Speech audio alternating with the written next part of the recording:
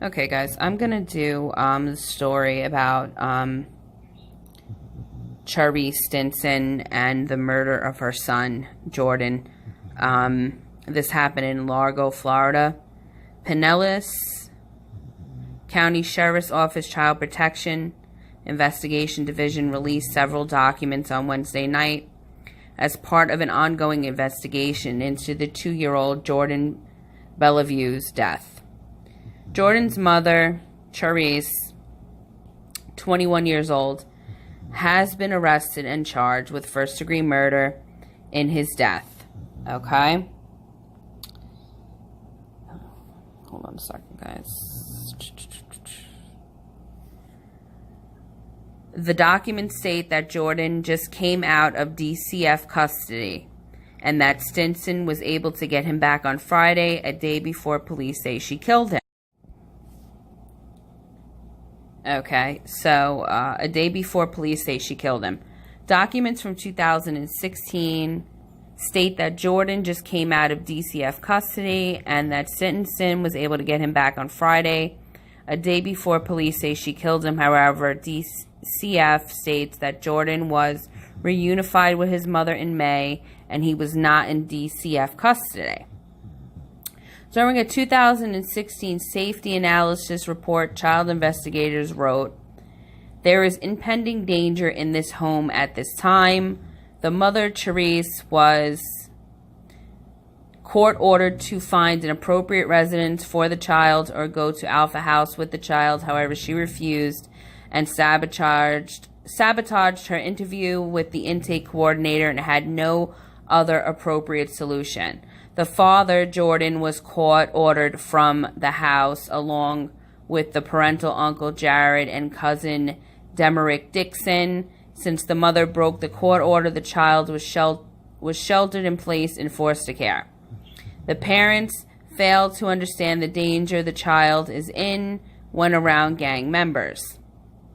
Documents detail an incident that happened on June 18th of 2017 in which Jordan's mother and Jordan's father were involved in a physical fight with multiple other parties outside of Burger King. During the fight, investigators say that his mother was holding Jordan and he was subsequently hit in the face by another woman involved in the altercation. Okay? She did not seem to recognize that being near the fight with the child in her arms put her child in an unsafe situation. It goes on to say that Jordan was evaluated by EMS on the scene. He reportedly sustained an injury to his upper lip, but otherwise fine. The case summary goes on to say that, in part, the child was seen by CPT on 6/2017, and there were verified findings for physical abuse and parental neglect. Pinellas County Sheriff's investigated the concerns for the physical injury and drug sale from the home alongside with CPI. PCSO report was closed, solved non-criminal. The victim child, Jordan Bellevue Jr., is currently in foster care and is in a safe environment. The mother had unsupervised visits at the time of the incident, but now the mother and father's visits are supervised at a facility. The mother recently expressed interest in signing surrenders, but this needs to be explored further by the case manager. In what it was alleged that the father sells cocaine and marijuana from the home, and the mother and father use marijuana and cocaine all the time while inside the home. Okay? The third case document release goes into further detail about the story police say Stinson fabricated to cover up her son's murder. The allegation narrative reads as follows. A representative in the Florida Department of Child and Family told ABC Action News Jordan was never under direct custody of the state, rather a private agency funded by DCF. The representative also added that Pinellas County Sheriff's Office is in charge of child protective services in the county, as well as death investigations. In a statement from DCF, said in part, the loss of the child is profoundly saddening. We are actively working with the Pinellas County Sheriff's Office and Largo Police Department During the course of the criminal investigation, Pinellas County Sheriff's Office conducts all child protective investigations in Pinellas County, not DCF. Okay? Now, that was just a little background on this lady. Okay? Her story was that a dreadlocked man snatched her toddler. Okay? Then the police find bloody clothes in her home. Still smarting from a fresh head wound Saturday night, the mother described a parent's nightmare. She had been walking down the street with her 2-year-old when a Toyota Camry pulled up. She told investigators the driver said his name was Anton and asked if she and her son needed a ride. In the car, Stinson said she was suddenly hit in the head and blacked out. When she came to in a nearby park, Anton, his Toyota Camry, and her toddler were gone. Police in Largo, Florida, a town nearby, 20 miles northwest of St. Petersburg, began a statewide search for the boy. They said he was possibly in the company of a man known as Anton and roughly 25 years of age. Black man with dreadlocks, gold teeth, who was wearing black and one basketball shorts and a white tank top. Okay. This is the story that she gave to the police. Okay. Investigators released a sketch of the suspect. They searched ponds and dumpsters and the woods. At news conference, they spoke directly to Antoine, asking him to drop the child off in public and or any safe place. Okay. But behind the scenes, they had doubts, according to the Tampa Bay Times. Records from social workers show concerns about how she was caring for the boy, who had been returned to his mother just a few days before he disappeared. The boy's father had doubts about the veracity of her story, and Stinson's home investigators found toddler clothes covered in blood. Late Tuesday, they charged Stinson with a felony child abuse and murder. She told investigators that Jordan had an unexplained serious injury to his right leg. According to the arrest affidavit, she told investigators that during a moment of frustration, she struck the victim, her child, in the face with the back of her hand, which in turn caused the back of his head to strike an interior wall of her home. He had seizures throughout that night. The police documents said his condition worsened. Instead of taking her dying son to a hospital, police reporter in the news conference said she took him to a secluded wooded area and hid his body. After disposing of her son, Stinson gave herself a head wound, then walked across the street to the Hampton Inn and made up the story. Investigators found Jordan's body Tuesday, although they declined to say how. His wounds were consistent with what Stinson had described. An interviewer with reporter Largo Police Lieutenant Randall Cheney said detectives were suspicious of her story from the beginning, but were not going to discount reports of a missing child without doing everything they could to investigate her mother's claims. The mother's claims. Cheney said that during her statement, she never showed remorse. During her interview, she would constantly change what she was saying based on the line of questioning. There was no feeling of any remorse, only her attempt to escape the reality of the story by making things up. That included Antoine, who Cheney said investigators know Stinson made up. We do not believe there was an Anton, he told reporters. There was no Anton related to this case. We do not believe there was a white Camry. That was all fabricated by her to help cover up what she had done. Perhaps the most famous case is that Susan Smith of South Carolina, a woman in 1994, claims a black man hijacked her car with her children in it. Later, she admitted that she had driven into a lake with her children inside. 1989, Charles Stewart of Boston claimed that a black man jumped into his car and he was driving his pregnant wife home from Lamaze class and shot her to death after their baby boy, delivered prematurely, also died. The Boston police media zeroed in on a succession of suspects, eventually singling out Willie Bennett. Charles Stewart committed suicide after his brother Matthew revealed to the police that he had all been a lie and Carol Sue was killed for insurance money. Boston was left to grapple how eagerly it believed a black man was to blame. Okay, this is just stories that people have told officers about shit that was not true.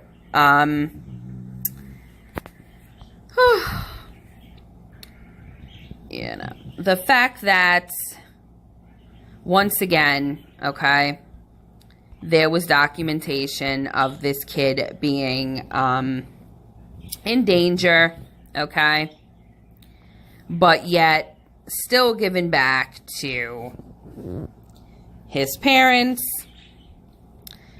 you know, is very sad, because he could have been in foster care or just away from these people and still alive today. You know, the fact that during a moment of frustration, she says she struck him in the face, sending his head into a wall. Why not just bring him to the hospital and say that she hit him and he hit his head and, and just be, you know, honest about it. Could have saved his life, you know. But, you know, instead she decides that she's going to hide him in the woods. She's being charged with first-degree murder. Investigators say that they spent 60 hours searching for the boy in the nearby wooded areas. While in the car, she told investigators the man had struck her in the face, which we know that she struck herself now. So, I mean, seriously? Just fucked up, okay?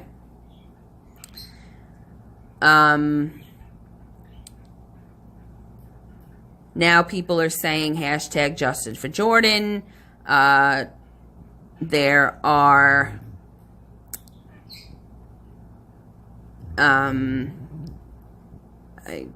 there's some text messages here of people asking about how the baby is, and she says he's great and we're happy. And then the next message, it says, are you pregnant again? And she says yes. And somebody says, congratulations, is the baby okay? I don't know, he hit the floor really hard. Are you in the hospital now? What are they telling you? What happened? Yes, I had to call 911. I don't know, we're sleeping. Next thing I know, I wake up to him jerking really hard. I cut the light on and he was having a seizure. He's never done this. And they took him for a head scan. I don't know what the fuck it's called. He hit the floor so hard, his head was bleeding. I don't know what the fuck to do. This is the scariest shit I've ever seen. Okay. So, basically, here she's talking to somebody else in text messages, lying, once again. And the fact that she's pregnant, I don't know if that's true or not, but God forbid if she is, I really hope that they do not allow her to keep this child. I'm sorry, but I know this girl personally. She used to be my best friend. That girl did something to the baby. That girl had head ain't right. Inbox her about the baby being in the hospital. And she said he was bleeding out his head and all this shit. Something is not right, okay? So this is what is being said about those Facebook posts, which I will include in this story so you guys could read them. Their exchange goes that he hit his head hard on the floor, that she called 911, which she didn't, and saying that she took him for a head scan, and, you know, just lying about every fucking thing on her Facebook messages with her so-called friend. Some people were angered that Turner did not provide this information to police on Sunday when she had it. In reply, she said, the police has this info, I'm sure of it. She also said she tagged Jordan's grandmother, Jessica Bellevue, in the post What's very clear is that the 21-year-old mother, now charged with murder, told Turner what happened beginning Saturday night.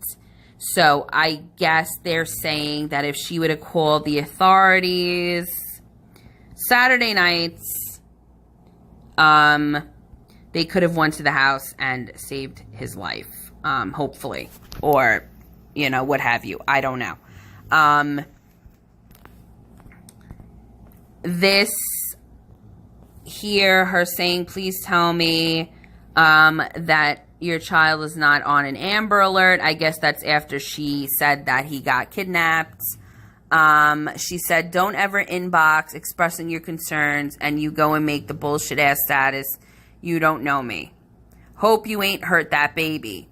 Go to hell, she tells her friend. Can you delete that shit, please? I can stop getting notifications for it. I get where y'all are coming from, but you come at me first before to go to Facebook, bro. At the end of the day, that is my baby out there, and you can be mad, but I just can't keep taking this shit. Okay? So that right there was a red flag, that she was not thinking properly. Okay?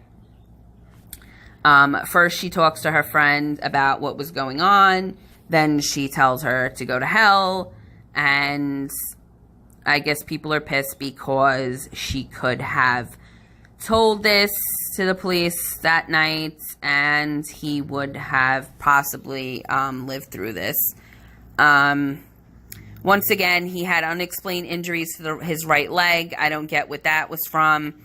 And then she struck him in the face with the back of her hand, which in turn caused him to hit the back of his head on a wall. And then he had seizures, which she must have hit him pretty damn hard for his head to hit the wall that hard to cause seizures.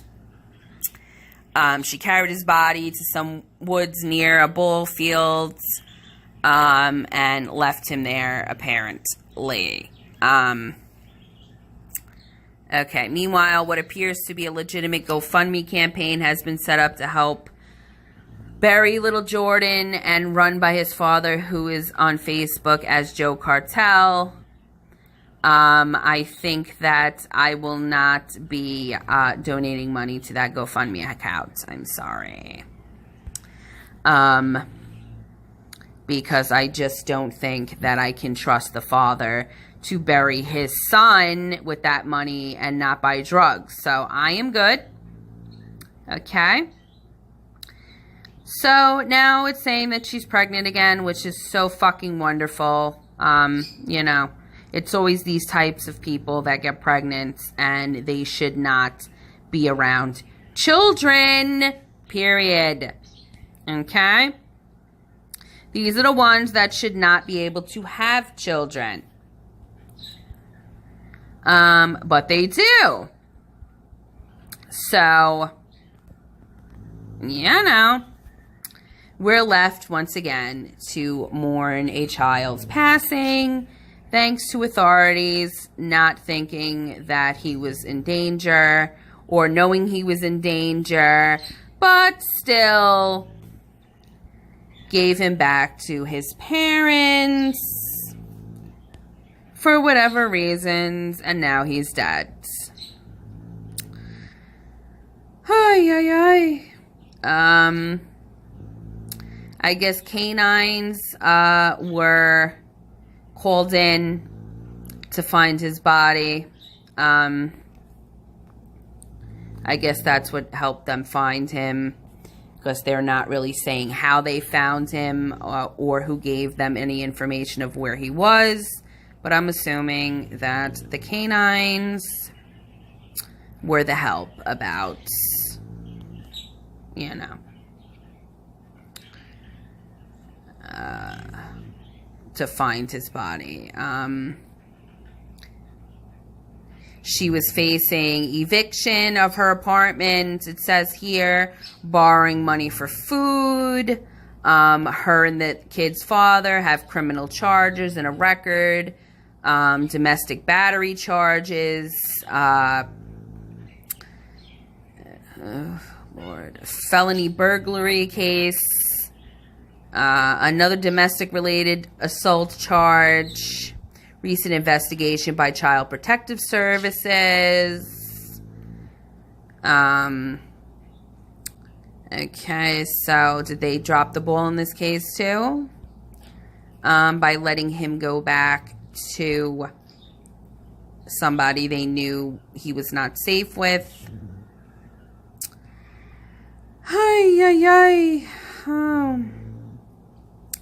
She could face a death penalty or life without parole if convicted of first-degree murder, which I hope she is going to be convicted of first-degree murder.